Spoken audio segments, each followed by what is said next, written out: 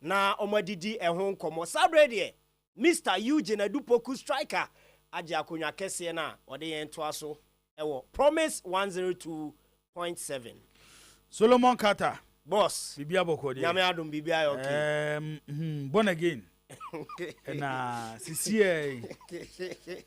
oti akire o se wabre na mso die no ye yo abeso wo sori ahomache na wanya ka mfa ma adwuma na mse wanya ka asesei o se wa uni wa wo ka na mse born again adwuma omo abre do se o fi na AJFM na ho ba ntem anko be ha adwene no omo abre adwuma do so se si born again so be ka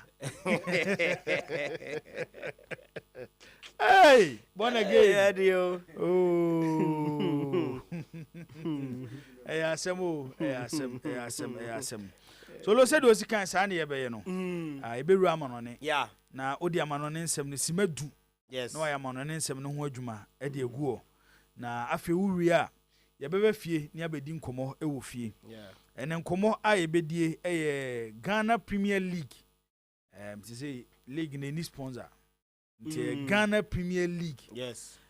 Games air course over the weekend. And baako so air course Aduana Stars omo etnefie. Nana Ajimabedu Park omo ne league leaders. Samates na Ebo. Match no ashase ye bewura ho na ehon nsem ye de atodwa ewo edwaso. Coach Bashir Hayford head coach de ma Heart of Lions bobo eku no. Enura nano memeda na Heart of Lions esha Asante Kotoko kabako a omo entimi ante ne no na Bashir for say the da Heart of Lions enim no rescue mission no ye no ho ohwe so obedu omo nkwa relegation no with moda no obeyi omo edo omo afri ho eno ensema coach Bashir Hayford e de atodwa nano yawada na nano fiada ene edi nkomo e de fa Danlad Mohammed ninsem awde ko tudwa e wo TikTok Abrantie Danlad Ibrahim captain Edema Kumasi Asante Kotoko former player Edema Asante Kotoko Rahim Ayu Bedi Pele ne ba Rahim Ayu yes or say or advice bi Edema Danlad Mohammed the advice and Edema Danlad Ibrahim asemo or say or advice Edema Danlad Ibrahim inti ewie yebeti advisor Rahim Ayu so wo Edema Danlad Ibrahim awoye Asante Kotoko captain nso wo ha yebedi eho enkomo Ghanaian clubs aye na wotwe no awieye omugina Ghana na mu ewo African club competition mediema etnefie na anu fiada ema Nadi El Ali omufri Egypt ebe show mukabako amantimi ante sa so na enra ewo Baba Yara Sports Stadium Dreams FC ebo moden ehye Club African kabako amantimi ante omoso ho nsem yatena se awiei ni nyina na yebedi ho enkomo se de solo edi tudwa no yebe sori so nonsia na nonsia kasebo on Promise 102.7 yabomoden ede abremo ebrenu du si ebie line na the control number na eto 0536161607 0536161607 0536178883 ubetimi afre na wabadwumadi ni so na solonim de asi ewo doma boss matete na emu akakra Samates 2 Aduana Stars 0 but Samates is oma make your intentions clear so omunya league no asem Samates for medin komo omunya ombeje omunya Africa ombebo omaye ready some person mo Champions League yes omaye ready some person mo Champions League enti afi league no na nka boy enibre eno mo de ahye league ni obo na mo boy against Aduana and they are not them pa enibre teams enta nkodoma enkolidi Aduana 2-0 te se de omaye so Samates for INT Samates nso mani abre afi league no omo enya omo baji we ni nsembebre ene yatena se awiei ewo Promise 102.7 sa so ena on Promise TV ayedi nyina ebo modern ede abremo enti kan ho efiri sabre misisu bi nkopem se no nsia bebo ede agodemu nsem abremo for messages nyina bra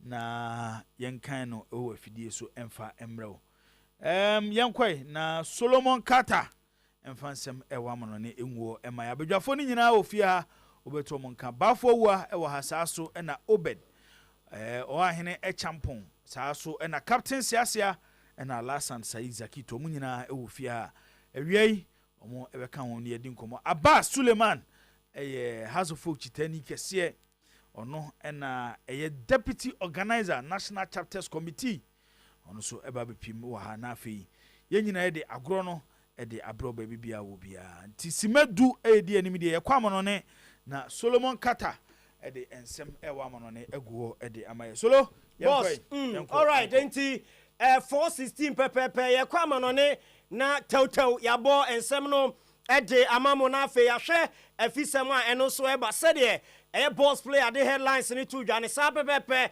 ena bedwafo ebedidi ho nkomo but for now ye remna ensemo enkansuo ena wiai ewo foreign front ye dia dan mo ewo dwumade ne so chene so still highway sports ena uguso awutie wo promise 102.7 FM show ni sign live promise television live Facebook at Promise Radio and afe oyere passports on Facebook kubenya dwumade ni bi na wahwe na mission semna se area free Everton boboko na so na abekaya November bosomi last year and a Premier League Everton 10 points ni nyina ne se financial fair play wamubu emrane so na omu kiremu am eni se team bia einke losses ebro 105 million pounds. Now so 2021-2022 season wamu share Everton books mu no wamu se wamu nya excess of 21 million pounds into no na semrano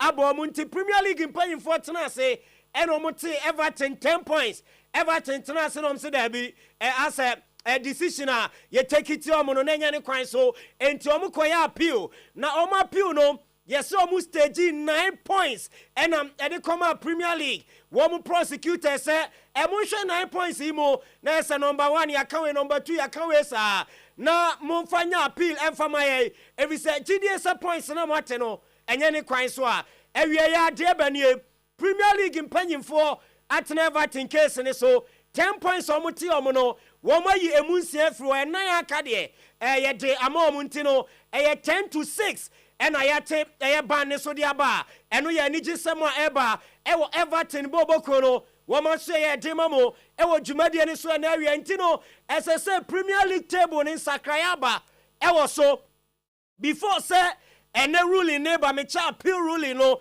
na Everton etoso edu nwotwe ewo Premier League table ni so anomo 21 points enti they say 4 points eno manya kom tally no apejo mom abetoso edunom enti on your screen 17 etoso edunum amasan Brentford and Nottingham Forest ho say Everton ewo 25 points Brentford or 24 Nottingham Forest or 24 Everton every relegation zone eno niji semeba ama Everton boboko no eni o machitanfo nyina na wie ya 10 points eti omo ne ate so aba 6 eno so ho nsem kakra eno no na mi free wa me de mani kirem ewo Laurels Sports Awards na unim se dwumadie afibie tumi baso na afidie no me ba cho ekoso ewo Madrid April 22 and a Laurel Sports Awards no eba so na nomination about Bontin area na we enemy running in a merem kakra say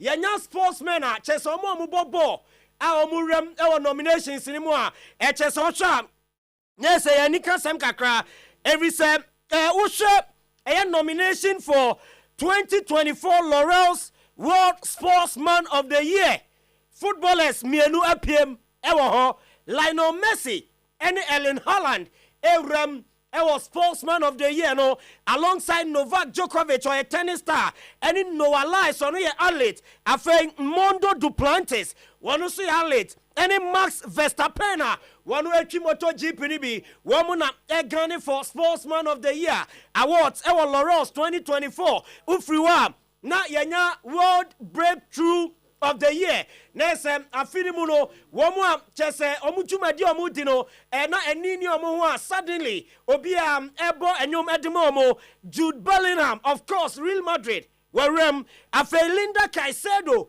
and so a female player Edema Madrid bobo kono kaubi Salma Paralujo one also bo Edema FC Barcelona feminine Coco Gauff a tennis star Queen Hyun Yang one also swimmer wɔka na afei Josh Kerr ɛnso yɛ athlete we no breakthrough of the year ɛno nomination ɛna mede ato dwa no afei sports woman of the year ɛno so Barcelona ababaawa ne din ɛde Aitana Bonmatí wɔka ho Shericka Jackson wɔtumrika de ma Jamaica wɔwuram Faith Kipchoge wɔyɛ Kenyan weinom long distance runner wɔka ho bi Sha'Carri Richardson athlete Emma USA wɔka ho Michaela Schifrin wɔno so MotoGP star ɛna afei Iga Swiatek wɔno so yɛ tennis star wɔmo ɛwuram ɛna afei Laurel's World Comeback of the Year na sɛ ɔmo ɛka ketewa bi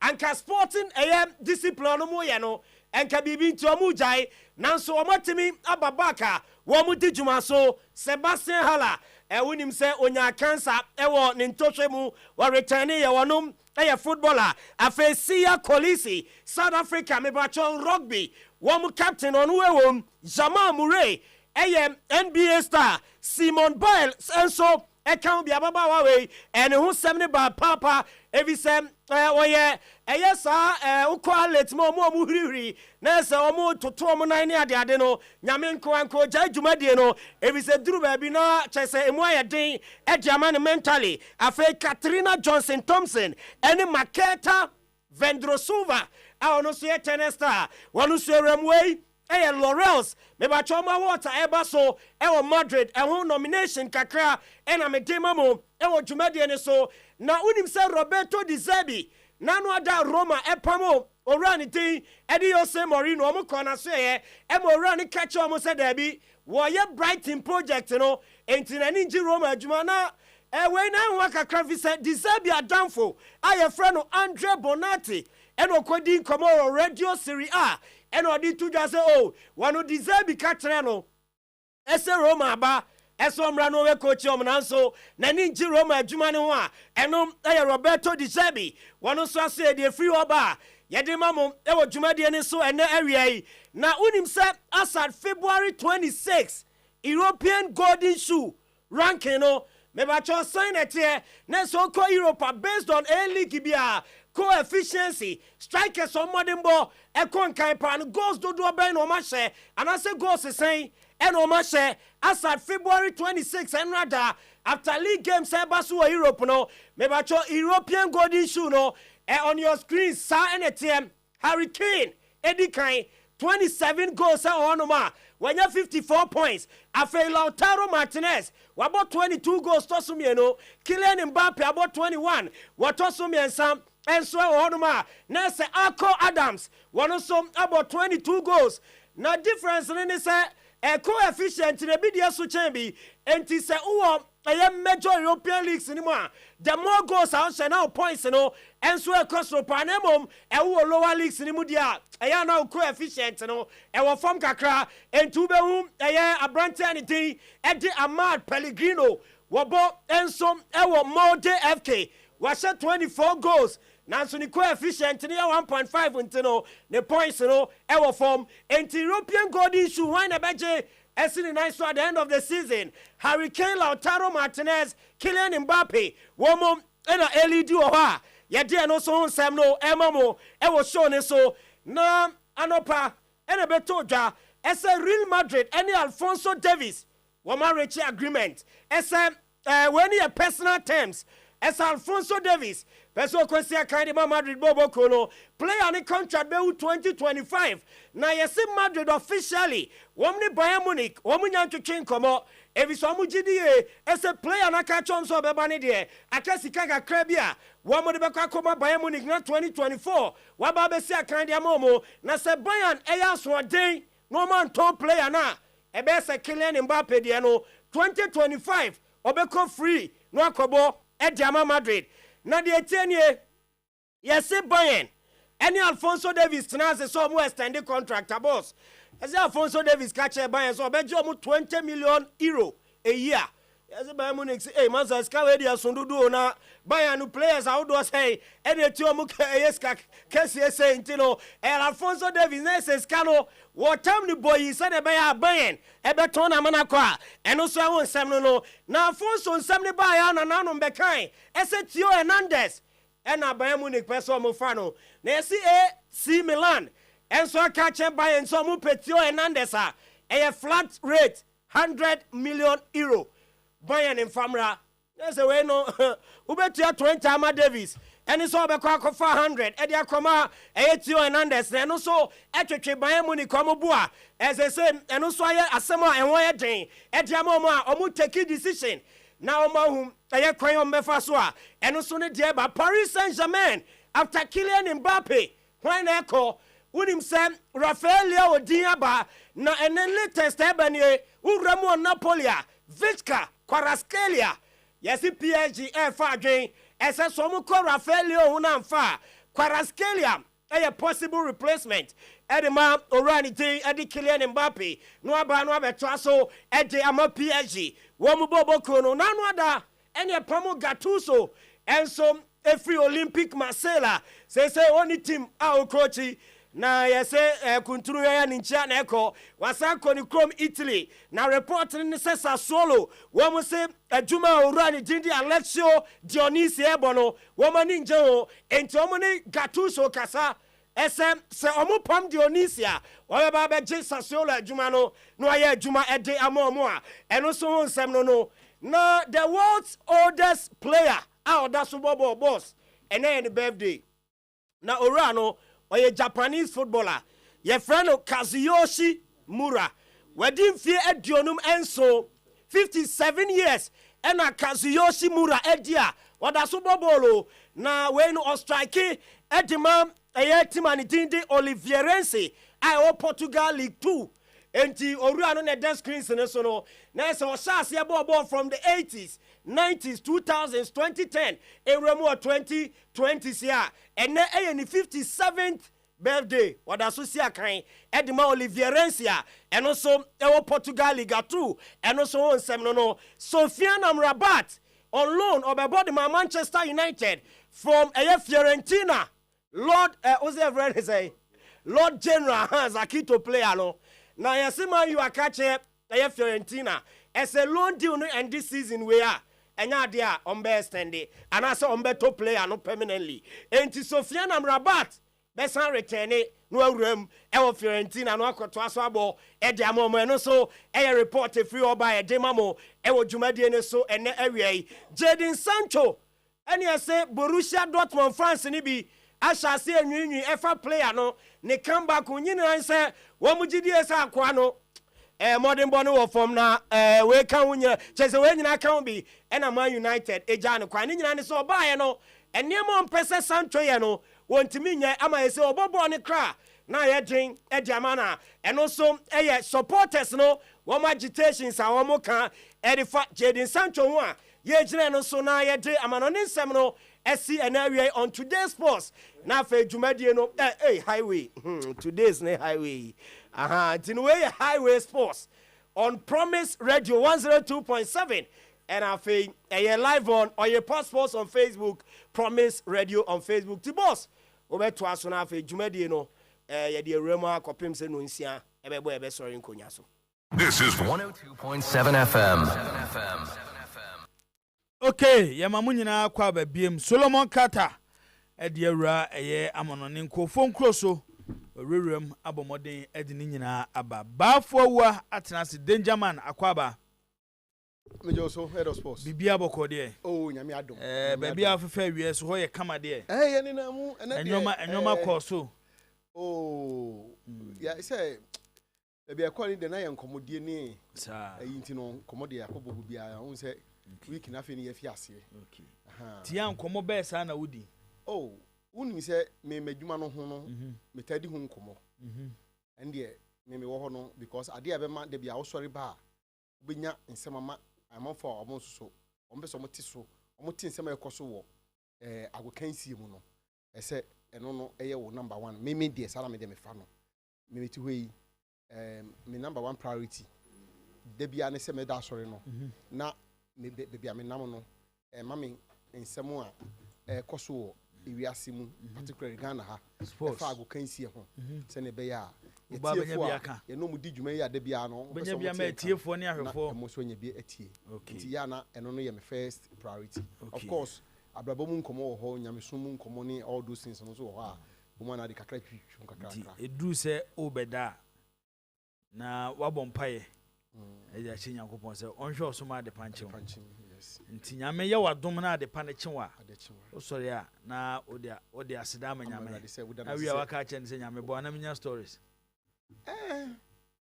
tɛrɛ bɛyɛ mekɔ mede bɛkɔ akɔsom sɛ ɔmokɔ amrɔ bi ɔmbɔ mpaeɛ o amrobes ɛkyerɛ wan ɔmɔbɔ kyerɛ wan sɛ awurade yɛkɔ menya adwuma sɛ ɔmɔ yɛ fundaka no ɔyɛ no mpɛ sɛ ɔmɔ adwuma ba o ɛyɛ asɛm o ɛnti yɛso yɛ deɛ no no sɛ nyankopɔn nyɛ adom na agya stories mmra ɔma yɛ bi na yɛso yɛntimi sɛdeɛ bɛyɛ wobɛtumi de waka kyerɛ ɛyɛ wadɔfoɔ ɛtiefoɔ no ɔhu sɛ dwumadeɛ yɛdi yɛne nnipa binom na ɛdi a ɔmo ka ho bi na ma dwumadeɛ no ɛtumi yɛ complete o awie a yɛabɛtena ase mebɛyi dum amanfoɔ biebie gu mu a ɔmo tie highway ɔmo a ɔmo fi aseɛ prepare sɛ ɔmo pɔn ɔmo tie ɔkɔfo no kaa ɔtie na ɔde akɔdu fie nti ɛno na engage no so ho ɛno na engage no no na ɔde kɔ a ɔkɔdu fie na agya the rest of the day no de aka na ɔde akɔto aso wɔ hɔ no nti sɛ ne nipa nso yɛsi tie no da bi ɛpɛ sɛ yɛte nsɛm foforɔ nti no nipa asomyɛ ne dɛ me deɛ mankasa aba menim sɛ nipa pɛ sɛ ɔte nsɛm foforɔ sɛ nipa bi asomyɛ ne dɛ anaa wonim sɛ no no saa na kyerɛ deɛ aneɛ but menim sɛ de biare a yɛpɛ sɛ yɛte nsɛm foforɔ sɛ wonu na ma wasomyɛ dɛ no ɛne na kyɛ sɛ saa nipa pɛ sɛ ɔhu deɛ ɛkɔ so wiase of course but ɛnɛ generation no aba no ɛyɛ na ɔmo yɛ much more interested in deɛ de nipa bɛbɔ fam wɔ than deɛ bɛma nipa atu mpɔn ɛno deɛ ɛnyɛ sɛ obi te saa ɛnyɛ ɛwɔ hɔ paa ɛnyɛ ɛno deɛ ɛwɔ hɔ paa yɛm try sɛ yɛbɛboa nipa ama nipa apagya tu mpɔn akɔnkan ɛsen sɛ obi ahwe aseɛ bɛyɛ wo da na bɛyɛ wo fe anaasɛ obi hwe aseɛ a asɛ mfa wo ho daabi nipa na ɔhwe aseɛ a wonya hwee ba wo so obi kɔnkan a sɛ wonya hwee mpɔn mfi ne ho a ɔbɛtumi aboa foforɔ enti sɛ nipa tu mpɔn ɛdeɛ na ɛfɛ sɛ wo nua te sɛ mete sɛ na wo ni soro ka bɔ na gain sɛ ɔpɛ kaa metie na m'ani agye na w'ani agye papapapapapapapa ti asɛm bɛyɛ no sɛ mekora meba a medeɛ wopa agye ma no wogye me deɛ edi ma na sɛ wede ehia sɛ ɔbɛka kyɛ me wodu anim anaa de kina dabi nhyehyɛ na ɛde bɛma no wogye me deɛ edi ma na wapagya bu kakra so ho wapagya mu kakra sɛ me deɛ sɛ bɔ na gain na yi so a sɛ ɛnyɛ nkanyɛ bad o na sɛ wokora yi so ɛnyɛ bad nti no yɛfama yɛ nua no wate aseɛ memaboro wei so asɛm ntia na ma meda so so wate aseɛ bɔ na gain deɛ wastate afei ne wɔpɛ kaa ne deɛ ne wɔde astate fɛfɛɛfɛ kamakama nti we head of sports yɛpɔn a mɛntena ase na pɛ kwan bɛfa so a wobɛyɛ ama bɔ na gain nya wei no na me nso so wama me foforɔ so wote aseɛ wo se sɛ na baabi a deɛ wotim ne wotumi sɛ woda mu fɛfɛfɛfɛfɛ kama woanyɛ saa deɛ na abɛnya wohu yɛ anaa 2024 Hey, what? This is my brother. Me dey na me hu. Me go tell mu kakra, me say da go tell mu kakra. Na pese me feel ade no. Ekwe no kwa wo so kra. wo hwɛ na nka wasɛm big man. Nyame ase. ɛmɔ kwa nyame deɛ mbakyɛ nyame deɛ Afi bia jibo na Woko. Na wo nua kwese ase mo anije. Me dey me nije. Because who kwai then you about here so dey kakra bafowa minua bacho kan asem imi fi wa asem asem na ye kan so hia wo bacho bebre misrewa but again asem na ye kan we kwa nya wo asem so na me no nyina gyina the same skill I used to be just we say nyakopon fa nyame mpesa I used to be the egyina the same skill skill what place na kasa asem memfa me nkosi baabi a me nuru ho na ba kono kra no ho asem kra ye nka nwie yo de si fie kra ya nkra yi di ko su misro bebre mpacho a misrewa mpacho nyame ne da nase misrewa nyame ne da nase obe ya mo bi be boame a watie wo ba afo ano sise ni se ade su ni ho do credit de otina mo de aha so no catch on sa na tie ara say exercise was say oh so on so aso catch on say obi in the sanity aha but nipa no so obenya access no Access na to watima dana ade say dia Aha, nyare ketwa. Afọ o hwe na nka Nyare wase. ketwa. Na wonya de no wo so ka wontie no Nyare ketwa bra. Wati nkuto yi tiri ho no. Kibo dan lad asem no Eba be hwe na asem Eh, ni Rahim Ayu edina no atum.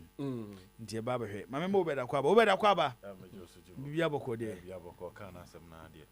Ese nya mutene kan yi.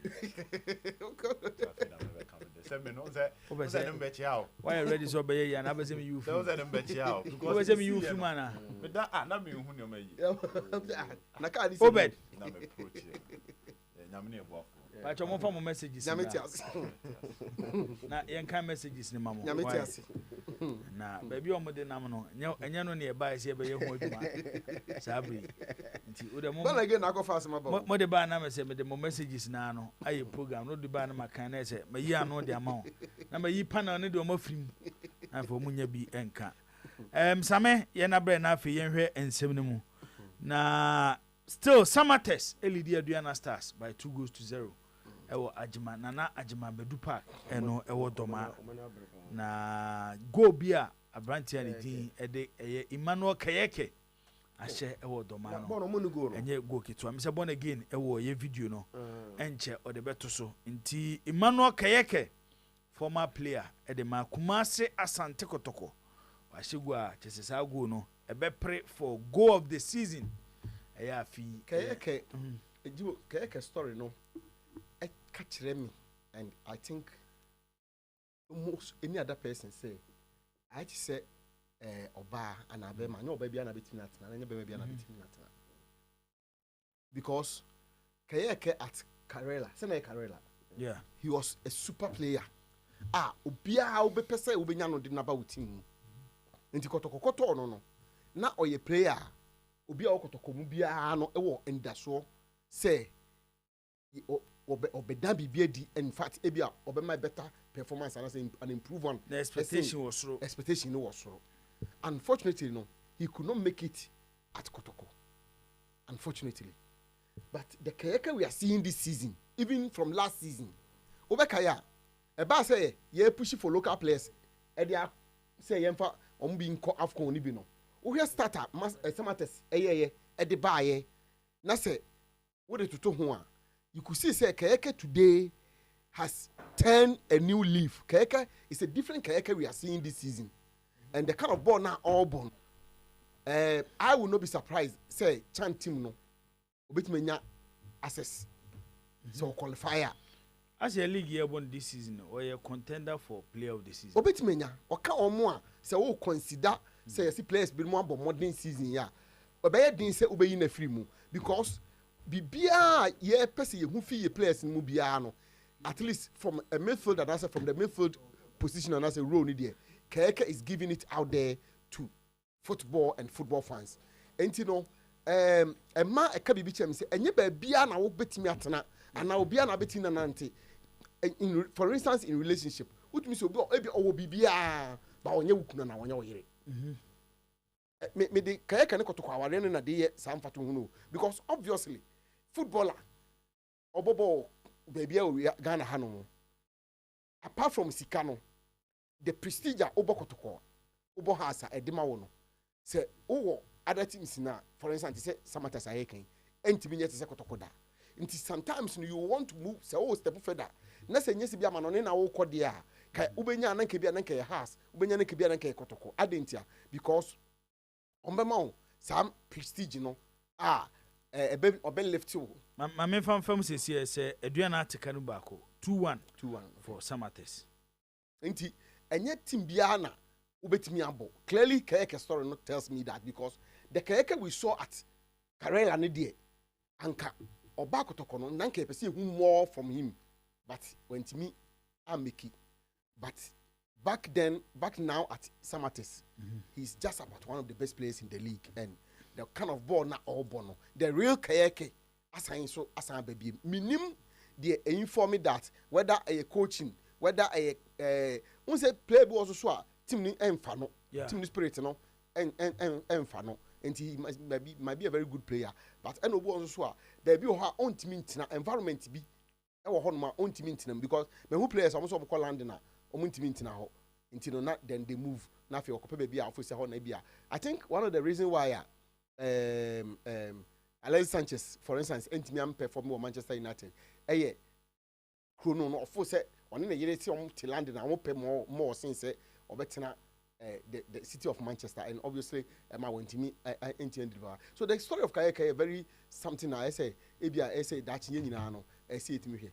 It me the council. But this is it. Adriana Stars, this is the goal.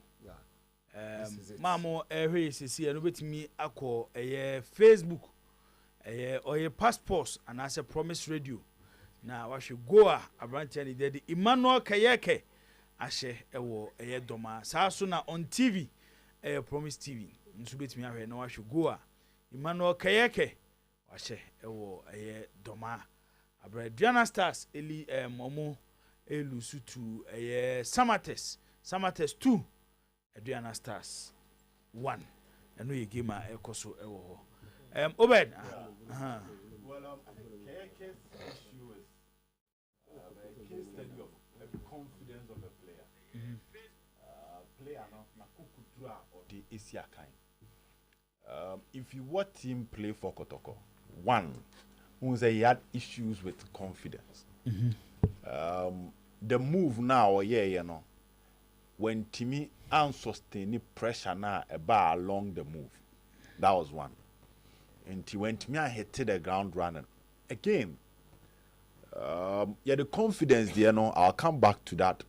But Keke had issues of injuries at Kotoko. And 3, Keke enya a perfect partner. Asante Kotoko. Team na Keke ebeto mu no. It was a team where Jibo said Ocean Yome midfield it was under reconstruction. In Keke at Kotoko, he played with Anabila. He played with Habib Mohammed. He played with Emmanuel Sarkodie. That was his first season. And he said Obabe adapted as a midfielder wa join Kotoko no. Obeto a midfielder. Na kwa say all the players were now adapting. Omu nyina yefoforo. Sarkodie that saga between Nkranza Warriors, Kotoko, Heart to Folk, Alaja Kambi Munsemba, Bichichemu, no Koji Skanibi. I hope you remember that story. Yeah. Between Emmanuel Sarkodie. Now Fena Sarkodie Aba. At the point Kotoko pushi Habib from defense because Namubare Kaba, Gani Woho, it's say Habib Mohammed Konfinfin. The Habib were also trying to adapt to the role in the middle. There was Latif and Nabila. And Fena and Nabila so from Ashko that joined Asante Koroko and there was Emmanuel Keke. So Ushe Kotoko midfield na that time Keke betum na den sa central position no. Ubenya player back one Kotoko for 2 years ono a settle oba beje other players no welcome omo in the middle. It was a new partnership with new players trying to settle under a new administration and a pressure almost. New coach Maso Kunedu. Ti Maso na afi na oye adwuma no. Maso anya adwuma na nche. Ena Kotoko Maso kwan. Ena coach ye Fene Johnson Smith take over. Smith anya adwuma na nche na Barreto buy. So the first season of Latif and Abila, the first season of Emmanuel Keke, they worked with 3 managers. So, in terms of having a coach that will help you settle, in terms of having players that will help you settle, and also you and again, when he hit the ground running, which will come back and affect your confidence as a player. In San Yomani, Kabuma, a slow start. Now, on the second season, Kotoko decided said they will now operate with Mudasiru. And on Wababeshim, they started with Ogum. The time Kotoko started second season, he started from injury. Fabio Gama Aba, no Wababe settled in the middle of the season. Lamte Aba, and Agadas Aba, na Wenya Mudasiru, with coach Efeno Ogum. By the time Keke recover, na Kotoko a perfect midfield 3. After so free bench mum neba ebe add value. And coach at that time felt that all making changes after getting a formula. When you formula in Lamte, when you formula in Fabio Gama, when you Mudasiru, when you Agadas, at the point when you Sheriff Mohammed, Enti eba ne saa no onye na adwen say obeyi obi afrim de wo keye ka ba behim.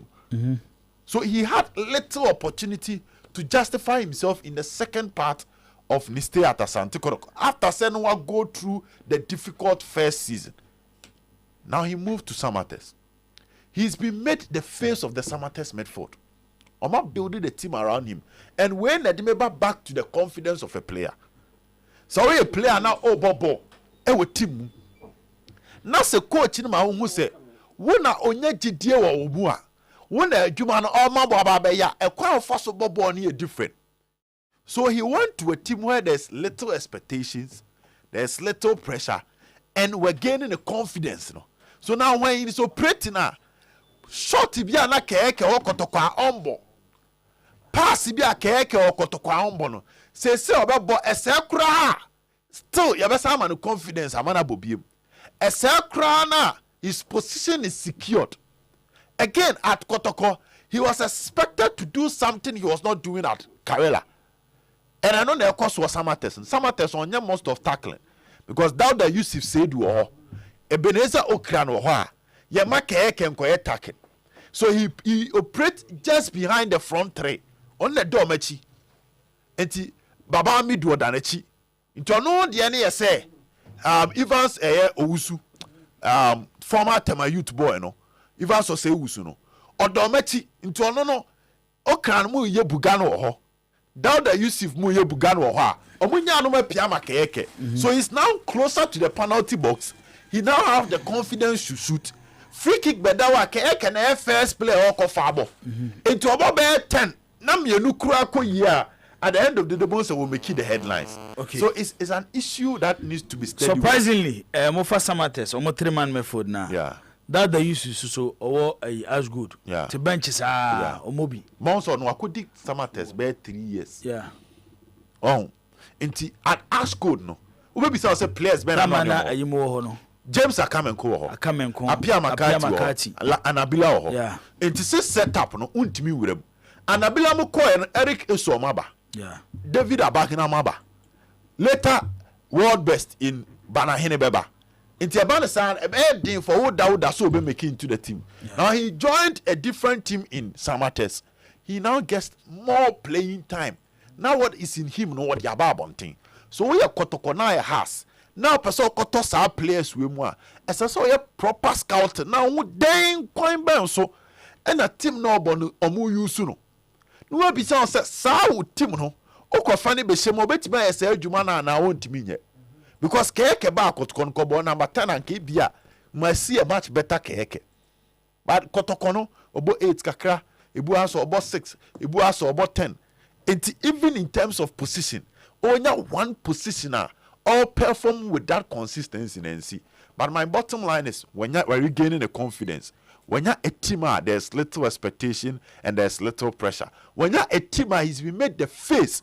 When you're a teamer, when you players to complement him to bring the best out of him, players like Okran, players like Dauda Yusuf Moore, Omoye Jumana Mano, and Samates have a solid technical team. So they're a team to watch. So much surprise. But if they can beat Adriana, I think that would be the perfect announcement. Almost say Adriana, they will extend it from 32 points to 35 points, and that will be a movement a bit more decided whether Samates can win the league or not. But Yambo coach we so abaso. Game ni nyanwie. But former Kimfesa coach Ed Nuruddin. Wachre say ade na odi Kimfesa boys ne ye no. Se wonya supporter enko betimi atoa so di Kimfesa yan wa adwuma. Onsa sa Kimfesa team no odi ko say aduana 3-1. People forget that. Say Kimfesa eko say aduana 3-1. E say wafa. Omo say aduana, omo say as good. Omo say Kotoko and omo ne medium aboard draw.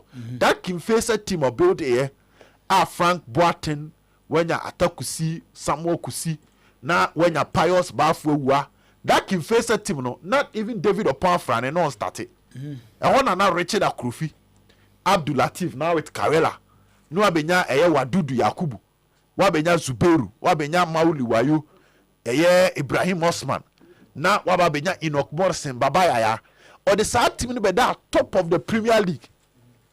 but later Enyoma went bad for him. But Osha the oil or summer test na Jibo. A chira was a coach in Wabe. Because so Timmy can face a better top. And Enyoma Jigui.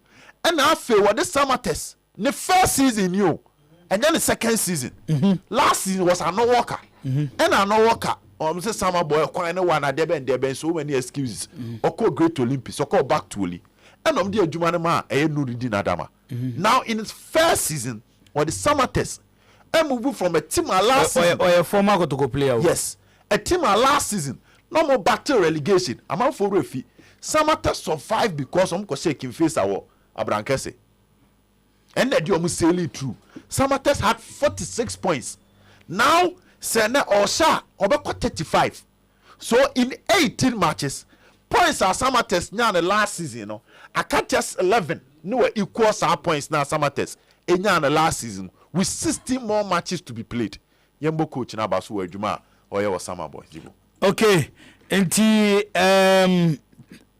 CCA league table no summer test was 35 points. On top of the league. Adriana Stars etosumienu with 30 points. There's a second place team in Asamri. Summer test elidi omo. Inswatreman etosumiensa omo 30 points. Asante Kodoko etoso 9 omo 29 points. Nations FC omo etoso enum omo 27 points. Bekum Chelsea etoso sia omo 27 points. Enso Bechem United omo 26 points. Mediema etoso nwotwe omo 25 points. Enkono House of Folk omo 24 points. Great Olympics etoso du omo 24 points. Legon Cities etoso du bako omo 24 points. Dreams FC etoso du mienu omo 22 points. Bibiani Gold Stars etoso du miensa omo 21 points. Karela tosu do 9 omo 20 points. Dunum Accra Lions omo 20 points. Heart of Lions tosu dunsia omo 18 points. Tanobo for tosu dunson omo 18 points. And afi Real Tamale United omo ene twato RTU dungoche omo 17 points. My main fan tuja say Nations FC, Mediema Sporting Club, Dreams FC and Accra Lions will be about 17 games. Nations Dreams. Yeah, nebebo. Nations home. Yeah, Brankes. But because and Accra Lions also ne Mediema. Yeah. So because of African. And as I give it to Nations will want to start. Zaki to Yesha Asante Kotoko game no. I say I started raising some questions about Kotoko team no more preparation of the second round of the Ghana Premier League, starting from FA Cup gamer, Omoko boy against Karela. Karela shomo come you know mo ntimi ante ombe ball JA Kufuor Cup. Ema Kotoko eshinsu atreman come you know emomo etimu baako. Enra Asante Kotoko edom nano memeda Kotoko edomani echre Pando Omonic Pando Heart of Lions. Omoko na Heart of Lions and a datwo league table no. Heart of Lions Esha Kotoko Kabako Asante Kotoko entimi ante. Yenhwe game na yenhwe coach Ogum selection and the system awko yusue e Pando na no memeda no. Dubo bebi a kire se menim from day one. Kwa Kotoko end the first round no. It was very impressive. Omoko 6 matches unbeaten. Omo winning 5 and on board draw back. So Kotoko last 6 games no performance no. And I'm Kotoko ebe turn into a title challenges because at the point in time no be say no. If Nema Twason the corner there, they may not be able to challenge for the trophy. But the last 6 games it changed everything around the Kotoko team. Mobi anya hope. Maybe. Sir, I've come break no. Eba at the wrong time. Sometimes one team picks momentum. Now people boom. Now some break we bar. Most times since we me affect you. Maybe that have come break no eba at the wrong time for a team like Kotoko because some momentum no ma gain no ma gather no the air no. Maybe. So break down bar. Satan I'm go share Aka Lions sorry Heart of Lions or Pandu senke Satan ko mbon Pandu the mbon ko mbon howe as at that time na nanka ye call break you know eti you understand some of the frustrations of Kotokoros normal picking momentum the form normal picking then all of a sudden they see a call break for AFCON and a call break in Yabanti almost 2 months the league is back once again. Kotoko decided say they will beef up their squad. And one area that no beef up was Okofa Kote from Mswateramai. I will be able to right back at the bad team, attacking right back on the bad team no more. Then Kotoko went for attack striker in Safiu. Then issues by Safiu couldn't play.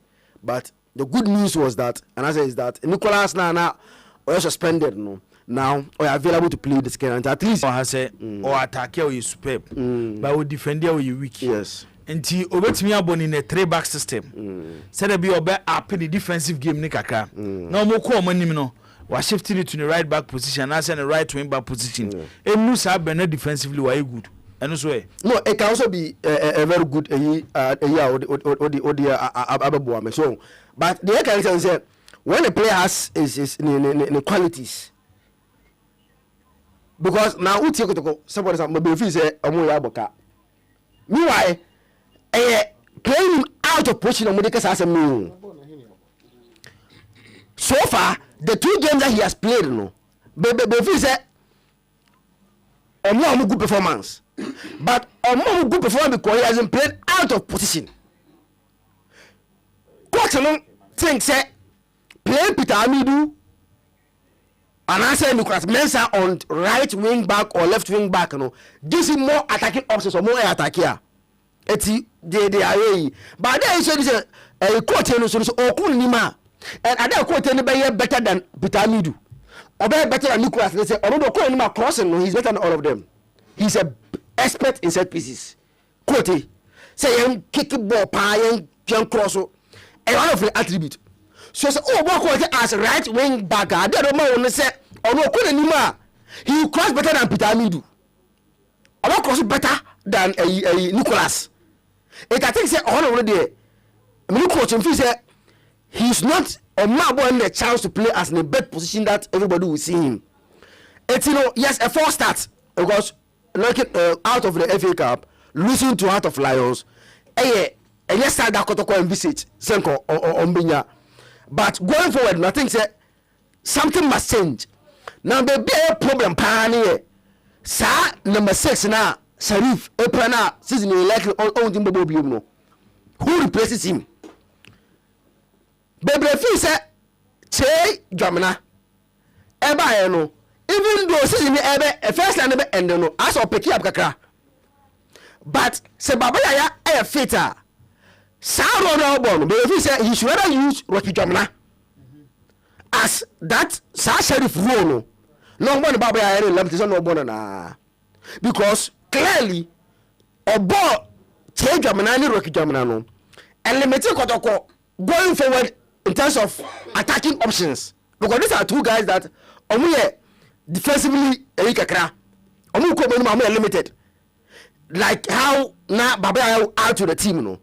It's yes, Jamina Rocky very young. One man the glimpses of potential very good player. One man in the last season in league game or shows coach should rather trust one of them. Say Jamina no fi say Obeta Sena should trust him. Say Rocky Jamina you should trust him. Now Omomba Kumbo then another player with Lamte send the in the midfield, they have the military call here. Look at me. Say Lions for no like how no too comfortable in the middle. Sabo no she go no. Ebi abia jinem ko no so. Okodim so. Sa ko jasa mo no. Akomedi ma nyina. Very talented but one of those guys omunya lucky with moves bi o ma bia. Highly rated. All what this of Division 1. Mpese kai team no. Is it Motivo? Sir. Motivo too. I think Mediama to Jones also. And then the deal for Mediama. Because Mediama no free half a day or highly rated. but onye lucky with teams a oko nyina oko bia na akwa say yente nka na oko off very good player etemba o hwe game ni pa how no me very comfortable playing to the middle. I think say he will need more guys or make more kutaba no finfi ono no because time they got to some bobo bibia they play very well eti ogum he should stick to his principle. So if he say coach or the buy or then pass or before back he should start it early. Eti with the new signing court in Nicholas Mensah no so returning back from a band no. Who in the shoes of Prosper Nateoguma? How will you set up your team? Quite best na befa so ahihye with team they about the second round of the league. Obe maintaining 3 back na Emma Kotoko about 7, 8, 9 matches. No more Lusu be and I said with the inclusion of Nicholas Mensah said who no young name Nicholas said before the band no he was virtually Kotoko best player last season league no so about 8, 9, 10 matches. We when you go share takwa Kotoko against Medema. It's what bay any quality what kind of quality see. Who in the shoes of Dr. Prosper Nateoguma? What's take away to 3 back and I saw bed change information because Nicholas Kobo right wing back now. The Koba and a record no, which means defensively he's poor. The strength when he's attacking. Ukobon is our position now. Ultimate defending. It's one cadena nabe. I think that one coach should. So Obetma find a way to cover up for Cote. So Okonima because we've seen that at Liverpool.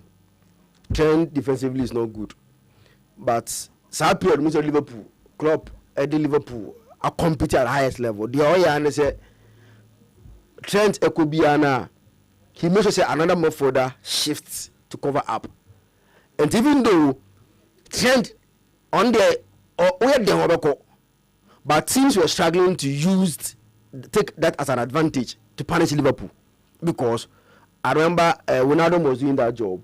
When Ronaldo left, Henderson was doing that job. It's the club have found a way to solve that problem. Let's say trying to acquire someone cover. It's at Kotoko, security.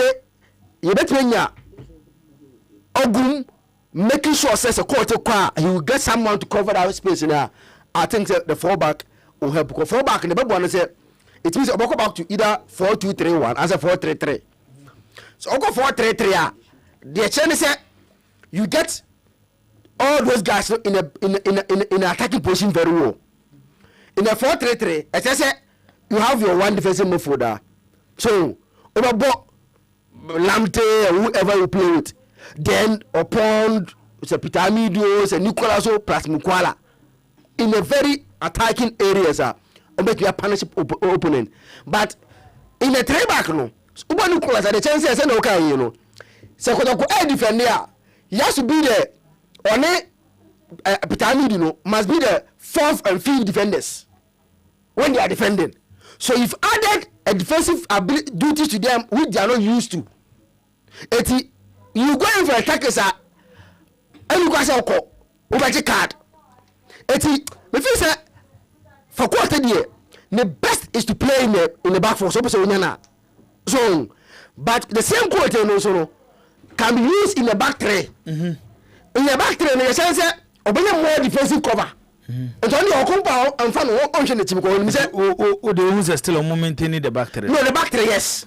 Na the fullbacks no. But what any more should be the right wing back. Okay. Send a bear or no because of the above one said Nicholas Mensah as well by Nicholas Mensah. Nicholas Mensah should be competing with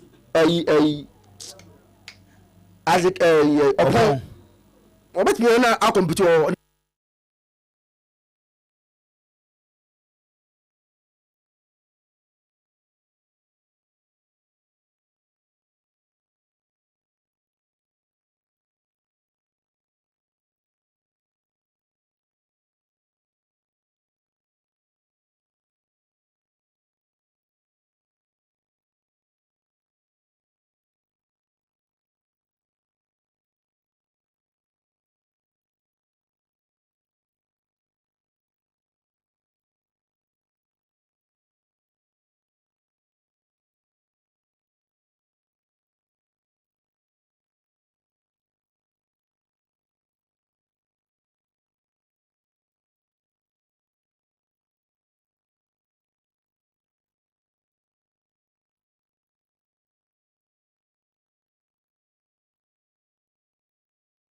issue no na ya be head e koso. Well, I feel like say I'll start with the question Biagusa say if you have is Isaac Mensah.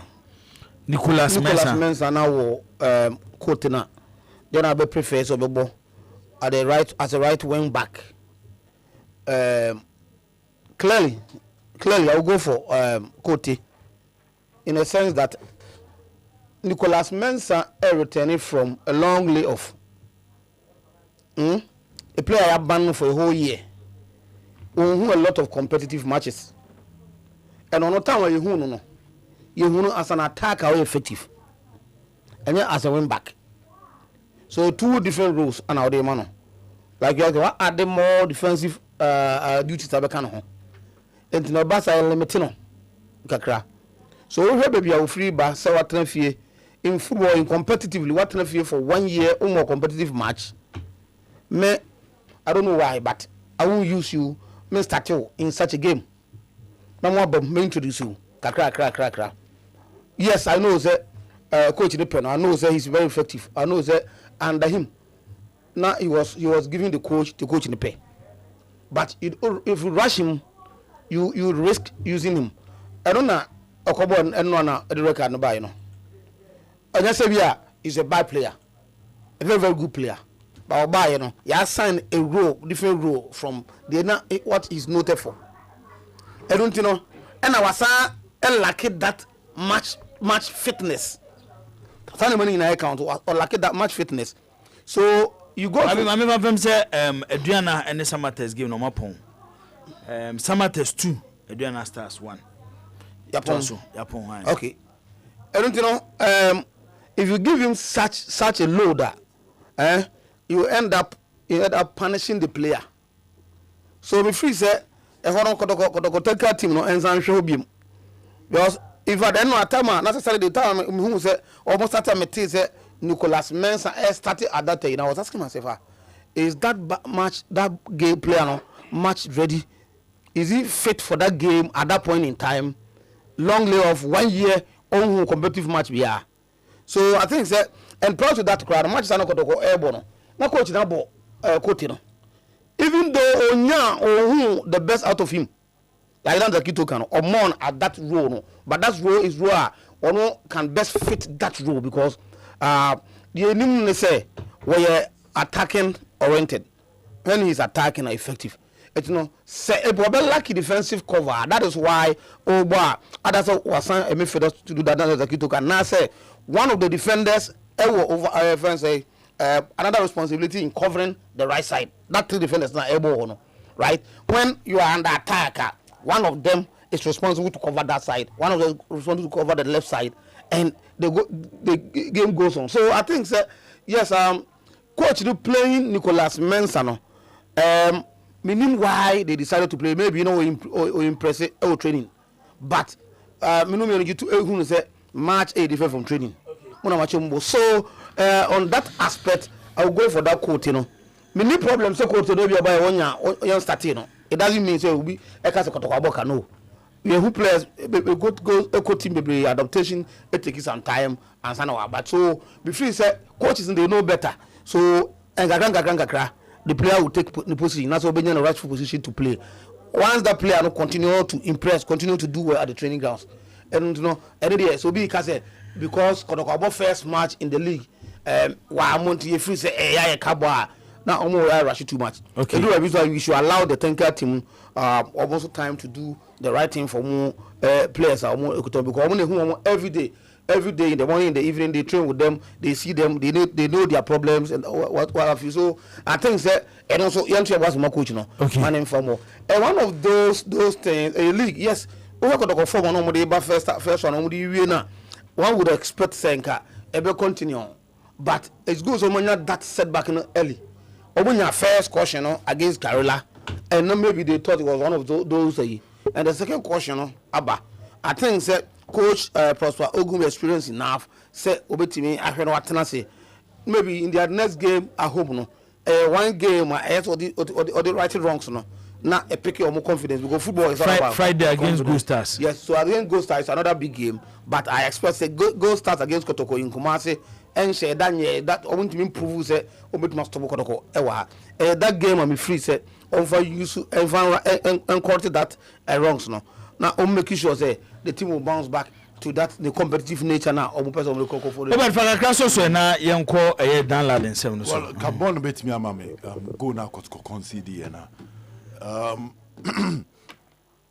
cutting of Henryans pali position na Ekakwaja Samuel will not have that free space so be pinball no enti Henry Ansu na position no general jamna can win that should paint a picture of Kotoko's defensive organization Ebra started second round. Okay, so the coach should go back to the basis and get it right.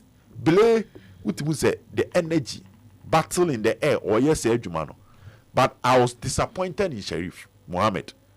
Uti report from Karela one say a good day until they flew almost a man call bench defender.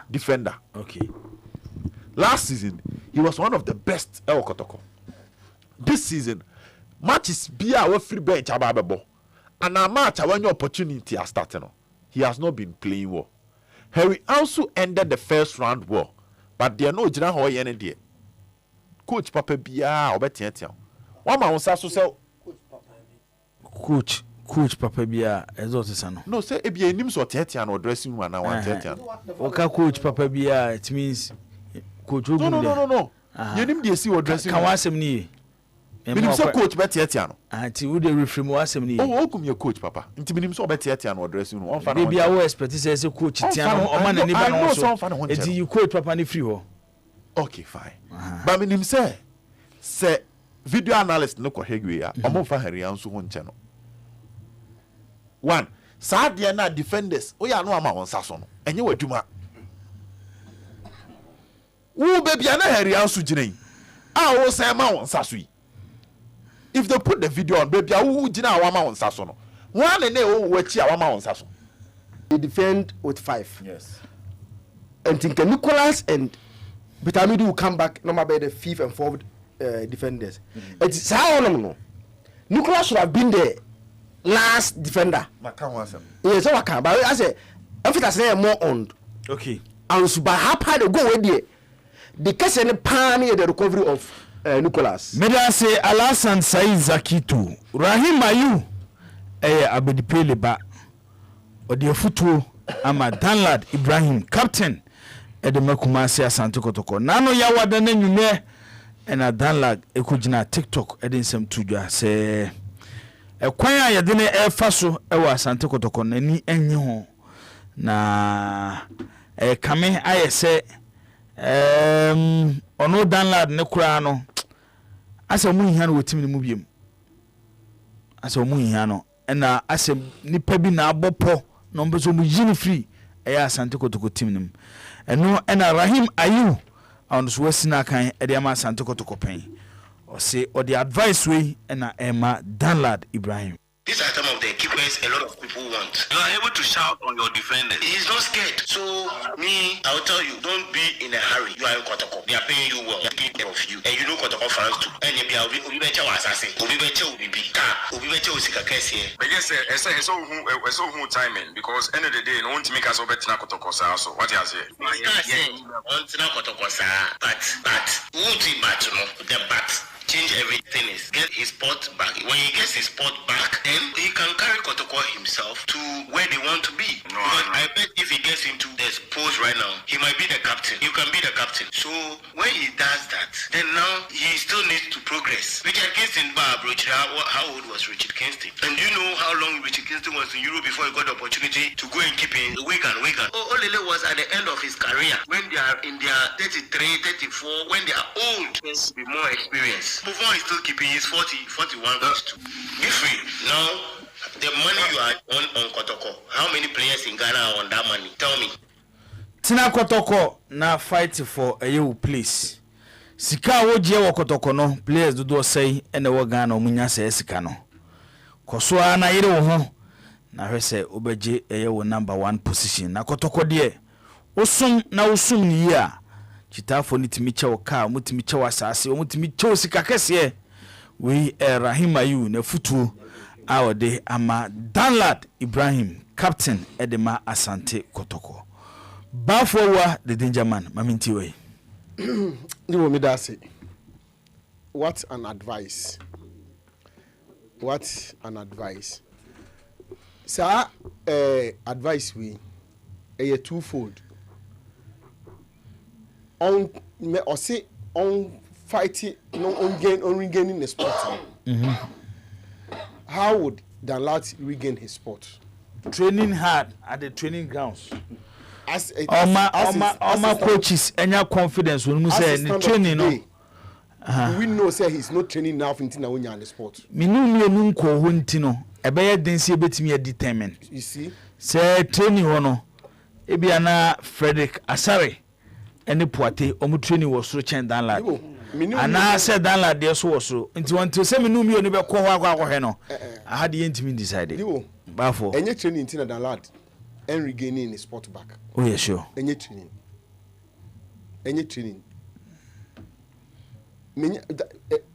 Dana okasa ya yetie no. Odno ankasa okasa no gi tumu say at a point he got a loss of form. Oluzuni form. But you can also only regain the form when you are given the chance. Something he has been denied of. Danonayeka say, well, number one will always or is supposed to be always the number one. Even so, Oluzu form kranwa. The AN say, every other man make a cry. Say psychological, then you prepare him. Say a BB phobia, you work on it. Now I'm on the opportunity to come back. Entinka. Kotoko bobo FA Cup, Kotoko bobo JK4 Cup, Kotoko bobo friendly matches. And can you use those matches no? And demand the opportunity to rebuild himself. Send ye beya or be regaining a form no. But here is the case, all these matches no, Kotoko Emma Danlad's our opportunity no. And regaining of the form no, the opportunity no crano any o.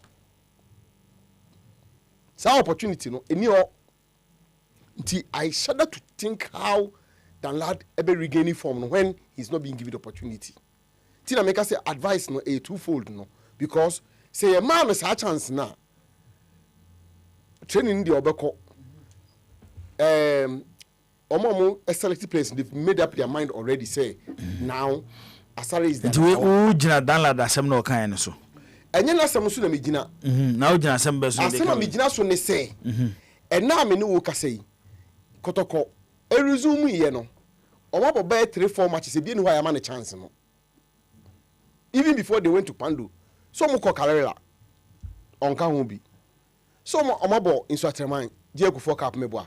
Onka ho bi. Omo few friendly matches. Onka ho bi. So clearly that opportunity na say the man now team degree gaining form no. Anyhow. Ana no na make say bia na ntini kura nye. Eno so e. O say wo di training ni ba mu a. Sisi ayi. Wa na wo kan yo ye nyina obi anko ho. So assumption. And a players so are select on based on no training.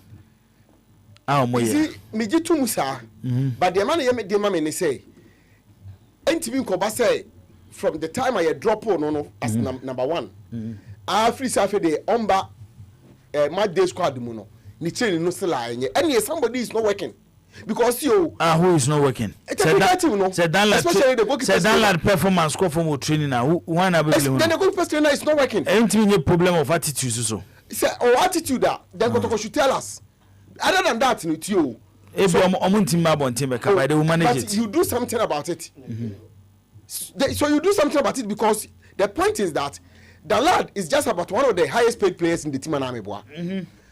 Enti the attitude in onye training ye or say obi antimi nya ho hwe ni eja na sa na kotoko bosumi so a na opeje ska kese nom de ama no so yes it's not good who bought him nika one day player back over so like I say na me kra ball no me na me ball yet obi me na say na me ni player bi manager kasai efa team bi say we extend the contract o say scanner on person de man no obi je more than that na otincha na omobi.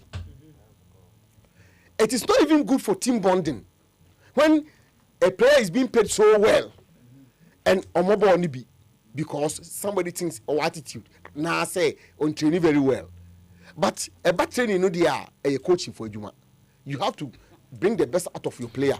Say attitude that and another matter. Any player be So because players who are omudu stage be oka say u push omu to another stage or u push no mapem. And Kotoko releasing Manenko. I just say on to be on improve be say on konanim be mo. Cause example na mema based on examples now. Assume say say na tie dia. Say player bi wo etisa wo team bi mu a. That's why we're reaching a dead end. What you then? Now we try because we have to also look at that aspect. You know, you can cause financial loss to the club by throwing money away. And to assume he said what 3, 4, 5 players or what is what you come on matter house Anna. And yes, the lad should fight for his position. And there. Say if it takes or no necessary set of fight, say be opportunity in India. Rahim, you say on fighting for the position. I got to supporters there. We bet me at your car, assassin, Neska Bibri. And now my is heart is a face no. Moye. And tis a face no. And tis a omoye. We bet my yam. Say no more mum pese bo mudin. Okay, mini problem, but yente and a young. Oh, pa. You to me promise cry and mammy, okay. Obi asasibia obi promise Kotoko striker ye friends amaturi o chesi people nisa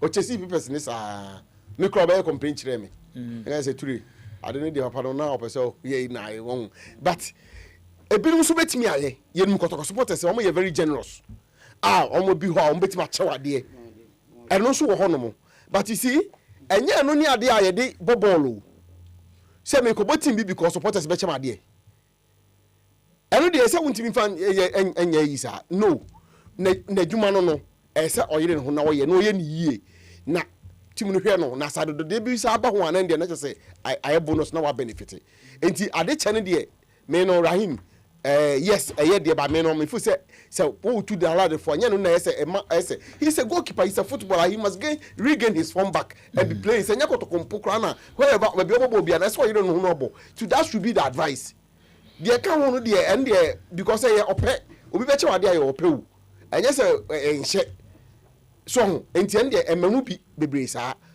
enti the situation between the lad and Kotoko no say properly addressed. Okay, me there I know say ya there maybe the lad in the contract this one he will seek to move on. Captain Mamintio kakra Mr. Poku there to than lad na say the course between Asante Kotoko ni than lad no enye normal enye normal in football enye normal the enye normal they say this is your captain. I will lose form. Our first choice goalkeeper. I will lose form. Maybe I'll get there. Say me bo amade ashim. Yes. Let's assume we lose form. Right. To the extent that when you're good enough to even sit on the bench, not even presidential match and yet too so competitive. A crown when you're good enough to sit on the bench. Your captain. A player a club now enjoy from about ball World Cup. Or national team, senior national team. I know say most of the clubs in Ghana here, players are one national team, one priority. You have more priority ahead of players in the national team. So this is a player or team making squad to the World Cup. Just after the World Cup, we lose form. Yes, you are changing on Amo Big Debbie. After second spot crown as I heard to the center on making squad, and somebody is telling me this is normal. So that's where me Jatumu said, anybody can say that advice we are say. That lack any lack. And you know, yet nobody are to go any legend and a man. I cry him. And you know, my football. And you go walk away. Some people will pray. Or say, some people pray and put when you are long left no buyer and or bar. You don't treat such players that way. And you need to make it to the national team level. Ghana, our local players cry, they want to be a national team abo. Wako weka ema kutoka sa hon kwan ye ntom so do no go weka mzikara be say do waton player bi no wajiska na player no just 1 or 2 games off about the entire team crowd was not playing well na ya salano anko number 2 first goalkeeper captain one number 2 after the bench friendly match cry boy won ka ho for all this match no impact we say so ko be na no kan as an Dalad aka sembia as nwanwa hey eri pantlasi no be am fa no Bablanche ni shoes mu na wo re enye normal in football me kasa sin we oba football wo de we football we ko me wo mu sure cast one mind na sa players na say goalkeepers say if they go to this set treatment so say you be na be cast match ko no mo dey dey adwuma dia and you think that we want to ba wo de wonyin tum say dan la for na ba form oh and the pool form the player be at me see Cristiano Ronaldo to me see Leo Messi to me see what time player be the form the pool da but yen down form so they down put this boy total you know near make squad to that match danka president cup side game cry the man say we that match play you know and Rahim Sterling say transport to now fight your position. This is not about fighting your position. Rahim Ayu. Rahim Ayu. This is not about fighting your position. Rahim still. No matter I want to believe say some now call for no matter how hard the lad waiting yamanemo. Because the nipa be akoka baby so obi dem say obi suit says I don't use a league. I said the lad take part at league in Emma so. Hey, to oji 2 is any form tin o ma drop. Form there, you better not but you know say. They make us no man on they make na. Me say enye no man say, but no the pedigree ro kotokoro. He's the captain o. Team captain. One of the oldest players in the squad, even though he's young, but what rush through the ranks, kotoko turn from lower I say under 17 player. Kotoko loru ko Kivesa kakra no ko Chelsea. What I say, I got tough in waba. Wabada team ko do team match league me wa etino wako off back one e se ko to damp so dey damp ni after ko boss squad na so ko hemu over the last 5-6 matches so who Dalad you 20 or 23 ko do me for more than 20 players na Dalad ka ho okay and somebody is telling me say o tra ko na say o fight ya ko do go bitu so asase o ye young 20 years so what ma bobo no anya more than the channel. Oh, yes, oh, Channel, obey here, so no one gain by on one hard work. It's really my advice to the player. They say, yes, he should continue to train, he should continue to fight for the position. By the end of the season will be let's the situation and say, Dalad, Jai Kotoko. Say, me do AC here, number so. Zach, Jibo, when say Dalad, dear. Oh, Bibi abana. Siasia. Sir. Kojo Ben Junior. Kojo de Oyuki. Kojo the message aba. What's he saying? Siasia. Kojo. Put your shoes in Poitiers Nasari too. Menka said, oh no, but are they farmers or equipment officers? There will be Menka a teacher for all the players. He was not on form. And the club can't wait. But you don't treat it such that way. Because you are making 18 squad. Are they farmers or equipment officers? They are not teachers. Dakitu. Jibo. The lad. Sam am the Odi Oben pa. The Benham Shiano. Me catch and so on for me who on score. Was it Saturday and then Rose at away. But me Timmy friend back. I would have been so bad. Obeno. Akosiaba, Kojo say, was Magua a carpenter when he lost his captaincy at Manchester United? To the like the lad. No, Magua was always to the squad. Just a movie. But I had opportunity to come and play. Okay. I want my example. I see to the lad you go through. No. Okay. Maybe me feel say Jibo, Mr. Was when your time now the offer now. Or the advice and say baby Adriano. I was just checking, me share, you know. The last contract will end June 30th. This year? Yes, June 30th.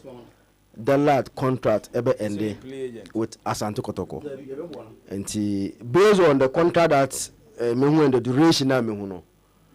O de mesra wa to the out to no for say Kotoko dey only future biom or Kotoko.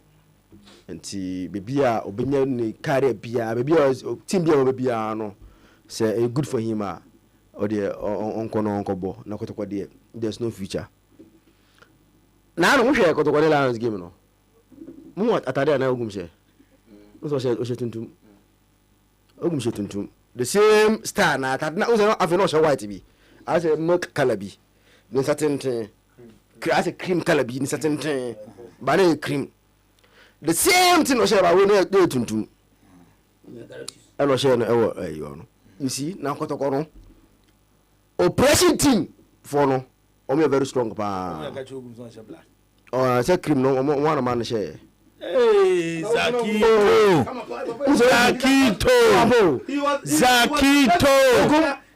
Zakito but dressing pa someone got to tane man na oh someone akwankyere asembeni ogum no you better dressing pa say you tie no are the best ella now so ogum the first is not me mia jacket black inner black no me antra black and also no operations na I say Britain for dressing now we there Ghana for dressing we there Ghana for dressing eti operation team for no akwankyere enya akwankyere no boy afei operation team for na akuto onim ogumie oh I know him very well onim nie pa I know him okay o dey talk so onim kakra eti baby I dey do no operation team for no jibo they've taken over Kotoko omo na eche how Kotoko should move Kotoko akobo match mpa omo na eche tam Kotoko tu omo na eche movement everything how many operation team for no o say dem say obi ani mo ase hwan oh mo na boy wa kan was mo body as o mo wa oh one operation team safu e say kan bi Safujem video ti o oh Safujem video ko boni dina Safujem asam na o kan nya no ya ono bo face say o Safujem video operation and Safujem fi kan mo so ogum ko she black no no be say question nya botre oh omo so ogum ko she black no Safujem fi kan operation team no omo there be Safujem fi kan this operation team there operation team there be question how can we be no Safujem fi kan how can we be no the question is Safujem fi kan am so how can operation team be how can it is Safujem fi kan omo na ya kwantre no okay eti omo na chere time abas oh bia mo be mo chere Safujem fi kan omo na no se bas no Safujem fi so mo ko dware bas no se bas no betimi nya accident ana mo ko dware bas no afei Kotoko omo ko ye dey omo ko dware bas no e to adai oh ba se mo ase ela ba for be story sen ka e pam driver want it eti ene de the operating team of Kotoko are very powerful. They are the most powerful tool now in Kotoko. The operating team of Kotoko. Now the operating team no. And I saw on the best on kasa. On the ends of football charge pa. Bonnet charge pa. Now operating team no na say the lad e ba lock. Now mo kwa hwe mo we say pastor bi kra ko bomb pa bi ma no. Asimbu a kan careful. I'm telling you what have happened. Asimbu a kan careful. What has happened? Odi mpacho after the lad. So also we say no call. Do I kwa me na kwa nan kasa bi. O wa the lad account. Friend akora no. And I want to say o bet ya. O ya friend. So it's a pressing team for no say the lad. And you be see no ho a. O cat team no ho a. So what the bench mpa be musu am Kotoko. Mo ntimi je league no. And obi dia ban Zakito be damu one day. Oh we dey nsema eti asami nya no eti based on the air course no jibo the reason why the boys not keeping no even though I accept say form adepo kakra form adepo pa oh me say pass because goals now what they share me dey end the fault. So I'll be able to say go there goalkeepers mistake but form na depo the political season you know so the last one political you know yes because he was me a share time na politicians at work no na boy about net ma fan say you dey say we nya politicians oh say time no politicians no politician dala ne form the call from Zakito enye ayi Ogumba yi o last year Ogum po bae no because oye captain am ye sure say Ogum man start here ahead of Frederick because last year, especially in the second round. Now Freddie Kwafako to go post in you. No, but also He was like a number one. but also contain the lad by also go see goes be Technical team now can want someone in. Omuna a buyer led by Ogum, Omuna buyer. Omuma Danlad Sabeda post me. and so but there No, continue on the bad form no showcase last season. and now pressing team and yes say me as I make no and yes on down opposite team say the boss will be on the bench as I tell you almost the lad no he shouldn't be on the bench because soccer squad no pa in man kon kan for more I think that form so acting no we dey anya bianca over the bench I accept me dem I agree say today fairly Asari's form no better than the lad and if Asari number 1 at least the captain of the team should be on the second one to be on the bench but you say there's captain no the lad no a fourth choice goalkeeper I Kotoko and so what say say mo ya clearly any football reason Thierry Keji. Poate is better than all the goalkeepers, but he's not getting playing time. now the question the two or Karela And they say should be no. no who say you should be I say down like on the view. and you should be It's on the view. it's more look like say bia way yes you should be so me should say anya bia no say the lad any number 1 as a captain of the team no say football reason kwa dey say on bench okay come na Asari the nana you know since we started no not the nana bench Asari was number 1 at point and the lad by number 2 no not bench and Asari by number 2 and the lad by number 1 Internet just got to go post and share number 1. it is a first Asari by number 1 in Bioma the last should go back to number 2 And will be a bayard there say 2 no from number 2 and the has to number 2 number 3 so I saw now there to number 3 Akwabi yeah division 1 goalkeeper be abba how can you tell us this kind of analysis story Division 1 on what bench da. now no can bench on president cap no on that bench how can someone give Zakito this analysis story say now Galad is so good enough to be even third choice behind Poate and Asare clearly any football reason Jibu Obed. and operations Well, this is why we need Ogumo post match now. Never say it is We Ogumo. be say into no man. Yeah, it's over. Ma ko fast ma be No, you need it. This is why we need Ogumo post match. And say into no man. There be someone by it will do the club more harm than good. Amusebusan the internet Because you leave people to assume. But man, people will fill the void, gap never better hono. With their own I assumptions. say Iba assistant coach but mbetia busan. And then this is what Kunya said. Assistant coach what was assistant coach? Yes, we not charge. But so on ni nyina na ye adwuma. Set charges aba. And I had a mate in driver na nya adwuma. Mate in driver Sunday. I'm go for ba mo be say There be a nko. question dey busa. The mate in driver Sunday. Nya mate in driver Sunday. Enti say I charge you okru there. Bia I say and they do a bema say moro na ba because one have Kumasi Central for no so no. I be do beba so be take kot so atua kakra. Mame question na me nchia pato of Pato Laundry Services. But for you mo light but Oma connect to mobile phone be the speaker. And Oma try share muti or Pato. Ne laundry service no wo Ashtown. Amadum light on. A mate in driver and you do me a light. Obed. And I nya sanity. Obed. You mate in driver and you Obed. light. Chesuna was post. My pacho. Two na go for light as well. Yeah, you know na go for light as well. Me pacho Chesuna. Tetina say come back. Chesuna was post. Obed the was post. Light ren count. Yo. Light ren count. Mum yan kan no kra You two funa untia. Mo nya de Twaso. Twaso. So back to asema na ye kan. Ye pese ye betwe asem no mu bebre. Oguma tade shene de. Jiwo. Atare shene de on say obia ne de ogidi. Omo gidi, omo believe in days of the week no. De bia ne atade omo she. Ogum believe in days of the week. But your omo believe in days of the week.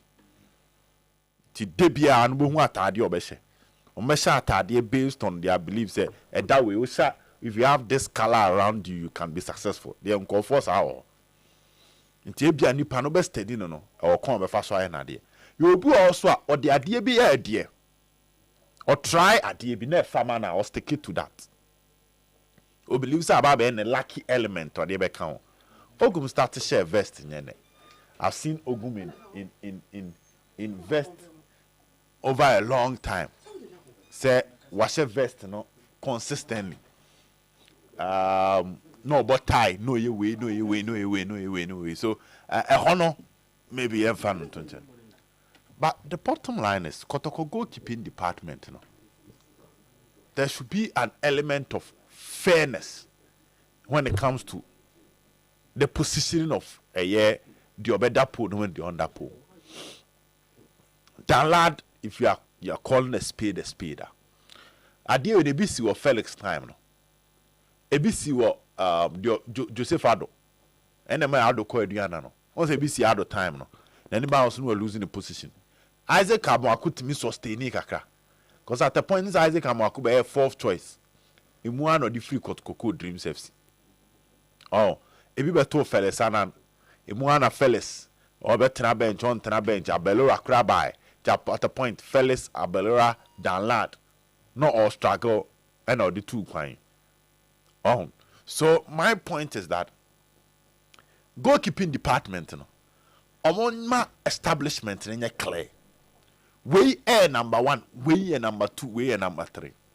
This particular problem is see when you have top goalkeepers be a chance or be justify no. There were advantages for the club, it would disadvantages for the club. Yes. And me draw said dentina we end that dentina me anas argument maintain ye be. Because you be there in the money motor saying. Or ya dear. So on ya dear na still yet in the demo, you have issues. But over them or ya dear now on ya dear. Is he performing or not? If he's performing, then you need to stay at the bench, improve your performance, and fight for your position. And one, no. Now the issue about Poitier. Poitier sooner say he is knocking on the doors for opportunity. Let me use a coach be an age man one Kotoko player or say sometimes. Oh, and in and out and around.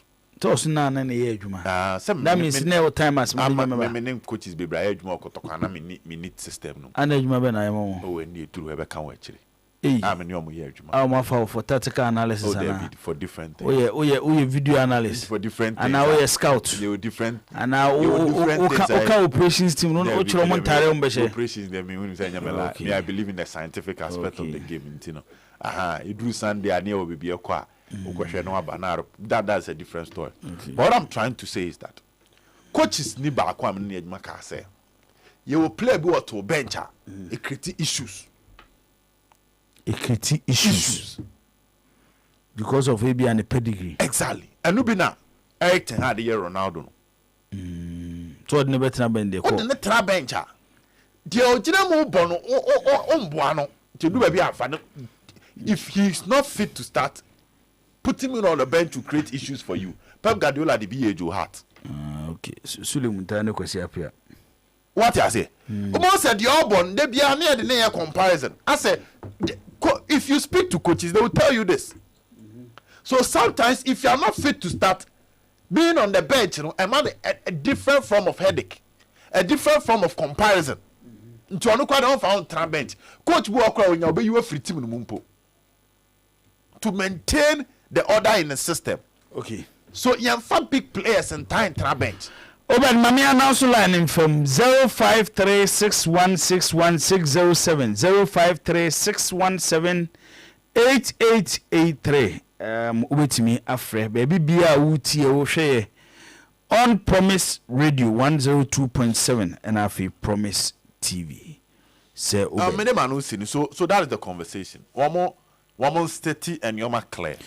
Your first scholar, number 2 or number 3. It should be based on position. Okay. We don't want no better. But your demo yard ya yen cast yanko food before from that. Yamo akwa ba odini baby akase free. To the Accra Sports Stadium. Omega Kusu.